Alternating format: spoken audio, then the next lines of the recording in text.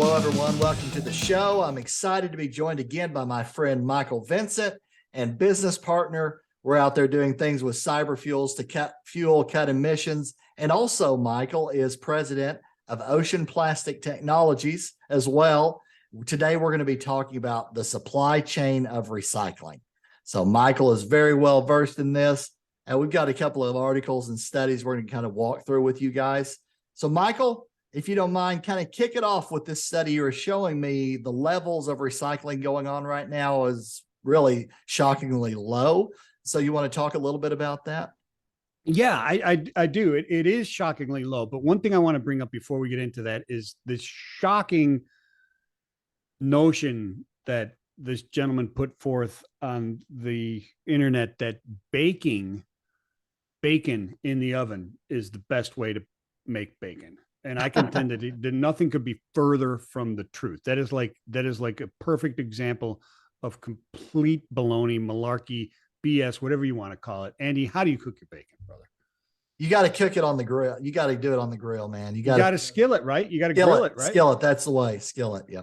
I mean, it is the only. I mean, because that grease, right? We've all had the grandmother with the empty coffee can full of bacon grease that she dipped into to make things when she needed grease, right? That's right. I mean, how are you going to do that with an oven? You can't bake sausage and have sausage gravy, right? Right.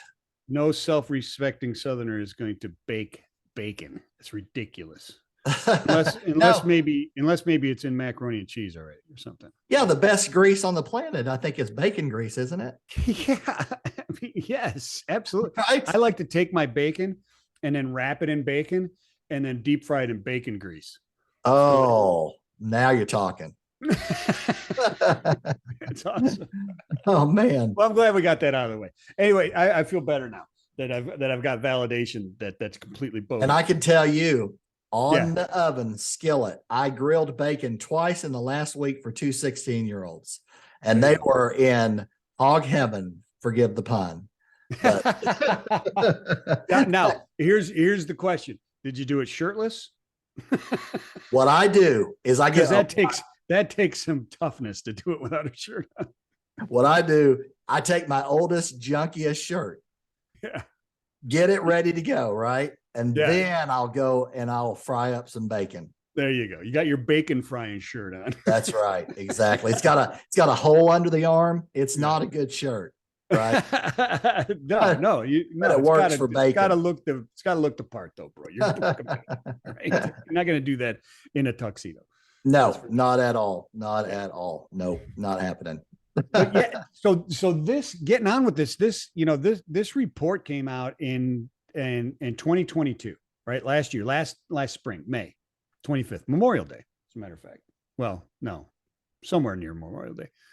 But and what it did, it said that the US recycles 5% of its waste plastics, which is really, really disturbing, right? Mm-hmm, right. Yeah. But the more disturbing thing is, if anything could be more disturbing, is that is a drop from 9% in 2019, which just makes it, I mean, it's absolutely awful. And one of the reasons that is there is this table that we can throw up there, is that it's logistics, Andy, is what it is. And I've contended this for years, and many other have. I didn't discover the fact that it is logistics. It's just the way the recycling has evolved in the United States through this really lazy, convenient, package it up and send it off to Southeast Asia and India and et cetera, and let them deal with it. And they'll burn it, they'll sort it, they'll do whatever. In like 2017, 2018, they said, no mas, you're not sending this anymore to us. And now we've got to deal with this. But we're actually losing ground. And the bad part about this is in that article, there's a EPA, former EPA agency representative, Judith Enck, that said that, when you consider the fact of all the mismanaged plastics in the recycling industry that falls out of the loop once it's in the recycling, once it's in that 5%, that actually gets incinerated or winds up in landfills, It's somewhat less than 5%. And that makes it even more disturbing. Even worse. Yeah. Yeah. Somewhere around 5% actually gets collected for recycling. Now, the amount that gets recycling is somewhat less than actually that. It's unbelievable, Andy. It's absolutely awful. Yep. Yeah. And if you look at this table, you can see that, this notion that certain things aren't recycling, and I've been arguing this for years, and I don't really have to argue it. I can introduce you to company after company after company that wants all these plastics but can't get it. The notion that a specific type of plastic isn't recyclable is baloney. They're all wanted for recycling. Plastic clamshells, nobody gets those. You can't do those. The little clamshells you take your cheeseburger home in, or your takeout, your take home from restaurants. Right. It is absolutely recyclable. The problem is only 7% of the country actually has access to some place where you can recycle it. And that's just access. Probably none of those 7% know they can. Right. I mean, right. I wish we had all of our listeners in a room right now so I could just pick one and say, hey, what can you recycle in your town? I bet they can't tell me. Yeah. Not with any certainty. Maybe ones, maybe twos. Well, what is it two? Well, I don't know. Okay. That's yeah. How do you distinguish what is what? Yeah. As a consumer, it would be hard for me to know what qualifies, what doesn't. And like you said, most everything does qualify, but people don't know that. Exactly. Plastic food wrappers, 0% access. And I mean, those are foils too, like chip bags and stuff like that. And there are people out there going, yep, you can't recycle those. Yes, you can. There's actually technology that will separate those plastics that are in there as well. But grinding up those chips is highly useful in certain products using those foil bags, and people want them. It's just that we're not accepting those through our recycling programs because most of the recycling programs are run by people where the plastics recycling is actually secondary to the other waste that they want to recycle, right? And where those don't exist, the cost of the logistics is what makes it economically unviable as a business unit, right? To recycle those. You imagine the average piece of plastic travels around 400 miles in the United States before it gets recycled. They're taking plastic bottles. Andy, you're in logistics. They take those plastic bottles and they compact them into bales, right? Mm-hmm. And then they send them. The volume weight metric is awful on those. So they get compacted, put into a truck, and then they're moved a couple hundred miles into a warehouse. They sit in that warehouse until they're full, and then they're shipped overseas and recycled and then brought back. How inefficient is that? Oh, yeah. It can't get worse. No, tons of wasted miles and wasted activity there, no doubt. It's unbelievable. And the problem now is there's huge pressure on the corporations. Looking at this avalanche of greenwashing lawsuits that could come about, right? You see all these people and you've seen all these announcements looking to, and these bold, hey, we're going to try and use 50% of all our materials going to be post-consumer product, right? And recycled product and also the kind of stuff. And some people are making their way through that. You can buy Dancy water that says 100% recycled plastic is in that bottle, right? Even though theoretically you're not allowed to use recycled plastics for food containers, which was out there forever, which is complete bogus as well. I mean, look, there's a water bottle made out of 100% recycled plastic. But they're looking at these things because they can't hit their ESG goals, specifically on the post-consumer product content in their new packaging or new products, because there's not enough recycling that is out there. And so they've got to prepare for these greenwashing lawsuits. That could be coming down the pike because they're, hey, our goal is this. Well, you didn't hit it. Are you marketing wrong? Now you're in a lawsuit, right? And we don't know how that works, right? Right. Much cheaper to settle. And the problem with that, Andy, is that when people start to avoid that type of stuff, they stop trying. If I don't have to use post-consumer content, I'm not going to, just because I know somebody's going to be out there snooping around to catch me screwing up and nail me for greenwashing, even though I'm honestly trying to use it and just can't because the supply isn't there. Right. Right.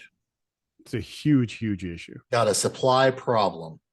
A major supply problem. And even P&G. And we've got this Reuters, there's a Reuters article, and I've got the link in here. I'm not going to read it, but maybe we can put it up there. But even Reuters, P&G in 2019, December 2019, came out and said, we're not going to hit our ESG goals.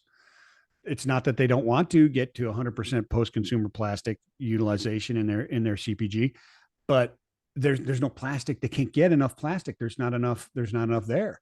Right. And it's the problem. The collection is bad. It's inefficient.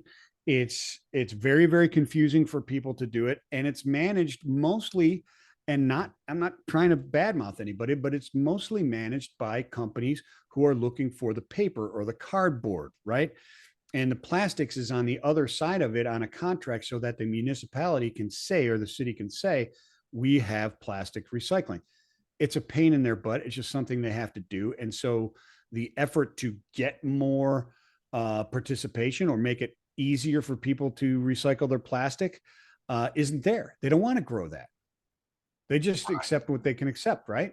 And that's pretty much what's going on. At OPT, what we're trying to do, or what we're doing, is attacking this from a logistics standpoint, from a supply chain standpoint, Andy, because that's exactly what it is. The logistics of it are screwed up. The infrastructure is not there. Plastics are not the devil. The irresponsible use and disposal of plastics, that's the devil. That's where the issue is. The fact that we don't have a logistics. So at OPT, what we're doing is placing the collection of plastics as close to the consumer or post manufacturing as well as possible, and then processing right there without shipping, processing it immediately and sending it right back into the circular economy of recycled plastics. So for instance, our machines some of them sit in industry floors where the waste plastic from their products they're making immediately go into the machines and are recycled and put right back into the process, right? And they're not waste, they're not going out. It's being done right there. Highly efficient, saves tons of money, and reduces the amount of virgin plastic that is being used. The other is the fact that our machines and our process accepts 100% of all plastics, recycle all plastics. And you don't have to wash them or sort them. So in your community where we have these, you, Andy, you could take a plastic bag, which you're not allowed to recycle in your community. Take your plastic bag, throw all your plastics in it in the PVC pipe that you pulled out of the ground because you're fixing the drainage on your pool or whatever it happens to be. Bring it down to the convenience center and drop it off. On your way home from work, you got some plastic in there, you stopped at McDonald's, whatever it is, you could drive by and drop that off because it doesn't have to be there. It's 24/7 accepting these plastics. Our machine does the washing. We do all the sorting of it. What comes out the other end is clean, single stream, 1 through 7 plastics ready and going immediately back into the industry.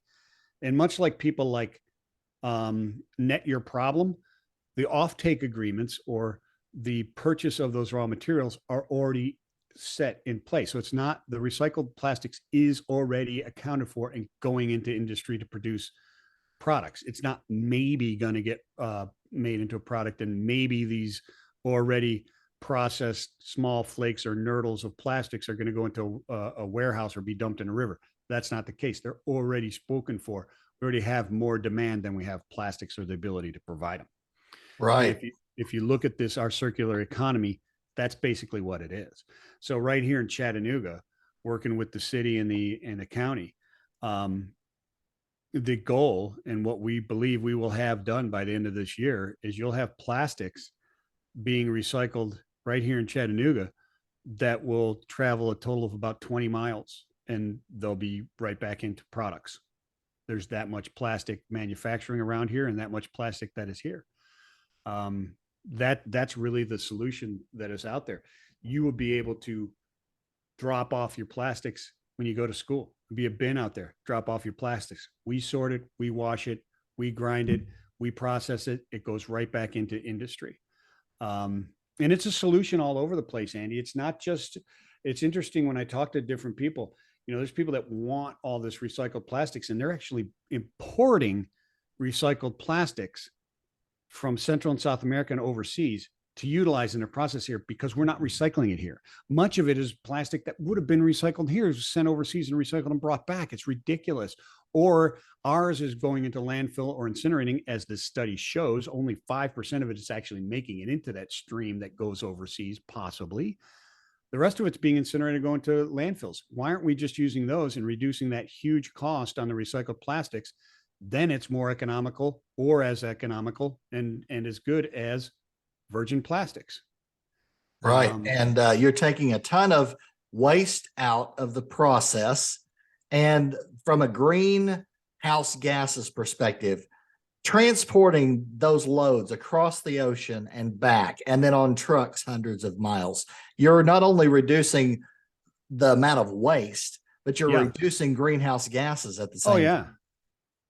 Oh yeah, because we improved the volume weight metrics of the plastics by over 70 times, not 70%, 70x, by grinding the plastics and then moving it as already processed, ready for manufacturing, instead of moving, the plastics that people throw in the bins hundreds of miles. Yeah, absolutely. The carbon footprint is severely reduced on those. And these machines, we don't heat the plastics at all. It's triple filtrated, completely encased, automated. It produces clean, ready for manufacturing plastics, all 7 types. And it produces 500 liters of water that is suited for irrigation. And it produces about a half a pound of a sludge plastic that we use as an adhesive can be used in cement as a replacement for sand, which we're running out of sand, or asphalt as well. Yeah, absolutely. And from a consumer standpoint, you're reducing friction, right? If there's a center right near me, I can drop it off on my way to the gym or to tennis or whatever, right? Yeah. So you're reducing the friction of getting that plastic into the recycling supply chain, and then reducing the amount of miles traveled. And like you said, as a consumer, I don't even know where I could take these products. I have no idea, honestly, at this point. But I love it that you're solving that. That's really cool. Yeah. Yeah, if it's plastics, bring it. We're even working with retailers. I'm not going to say who they are yet, but national and international retailers to be able to accept all these plastics there and earn credits. Absolutely. That plastic is worth it. So it does not have to be a economic drain or a tax money drain on communities, which it is on many. I mean, you'll read stories of communities that have eliminated their plastics recycling because it's too costly. This produces actual revenue. Right. In the small batch form, it can do that. And we've proven that over the last 5.5 years. And now it's ready to just, thankfully, explode. And a lot of it are island nations in the Americas, Caribbean, et cetera, where their landfills are completely full and they don't have recycling plants. So we're speaking with a couple of different island countries to bring this about there in the next year, where 100% of their plastics will be recycled and won't be going into the ocean. It'll be ocean-bound plastics that is kept there. One country in particular, I'm not going to put them. I mean, it's already promoted it's already in their public report, but I'm not going to shame them anyways. 100% of their plastic is incinerated. 100%. 36 million pounds is incinerated there. Right. I'll never forget, I worked on a supply chain project with a disc manufacturer many, many years ago. They were using foam to hold their discs in place in a box, right? There were pallets and pallets, over 100 pallets to get rid of, and they were moving to a plastic, okay? These landfills didn't want this foam. They said, you got 100 pallets of foam you want us to put in our landfill? No, thank you, basically. No, thank you. But fortunately, they moved to a plastic encasing that had a drop rate of like 15 feet. You could drop it from 15 feet and it wouldn't do any damage to the disc. Yeah. And so imagine, more of that, right? But with recycled plastic, not virgin plastic instead, right? That's exactly it. I mean, reuse, recycle. I mean, I mean, and reduce obviously is part of it as well. There's no doubt about it. But it's incredibly important. And you talk about landfills. Our landfills are filling up because we can't export our trash, right? We've got island nations very near to home. We always talk about the great plastic patch, garbage patch in the Pacific. The Atlantic is a disaster, my friends. Yeah. Okay. Yeah. It just is bad. And we're the culprit, part of it anyways. But so over our 5 years, we've been able to, in various locations, reduce just the volume of overall waste going into landfills by up to 60%. That's awesome. I mean, when you think about it, you look at the waste that your household produces, think about the percentage of that that's going away there that's actually plastic. Absolutely. We're going to have to do an episode sometime on the documentaries about the amount of plastic in the oceans and what it's doing to the wildlife. It's unbelievable. It really is. Yeah. Check out my friends over at plasticoceanproject.com or .org. Yes, it is. They're doing some great jobs there. Yeah, absolutely. Well, thanks for coming on again, Michael, to talk through the supply chain of recycling. I love what you're doing. I love being able to work with you. It's so much fun. And we'll have more episodes on this, I'm sure. But for now, I guess we're going to call it a wrap. And thanks for coming on with me, Michael. Absolutely, man. Peace and love, my friends. Peace and love. See you guys soon.